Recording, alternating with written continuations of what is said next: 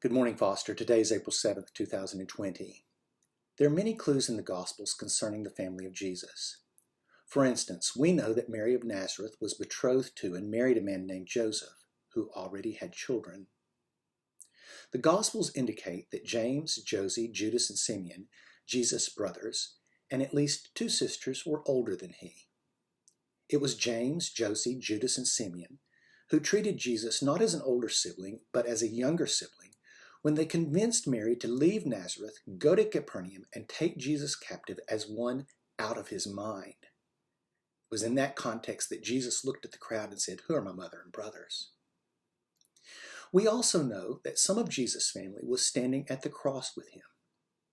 Obviously, Mary, the mother of Jesus, was there, but the Gospels record that there were three other women there.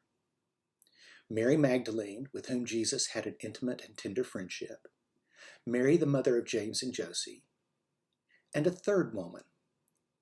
John calls that woman Jesus' mother's sister, Jesus' aunt.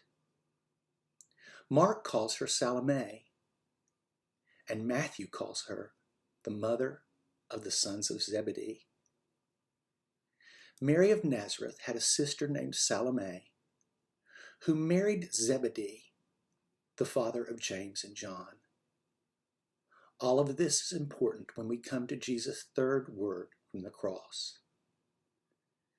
Jesus was on the cross and he looked down and saw his mother, and he spoke his third word. He said to Mary, "Woman, behold your son." And as he looked at her, his eyes traveled to John, Mary's nephew, Jesus' cousin.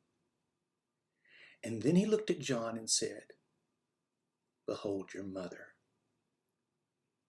In his last moments, even in pain and suffering, Jesus looked from the cross and took care of his mother.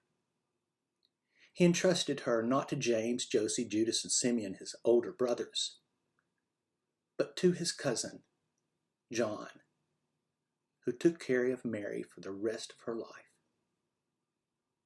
Have a great day, Foster.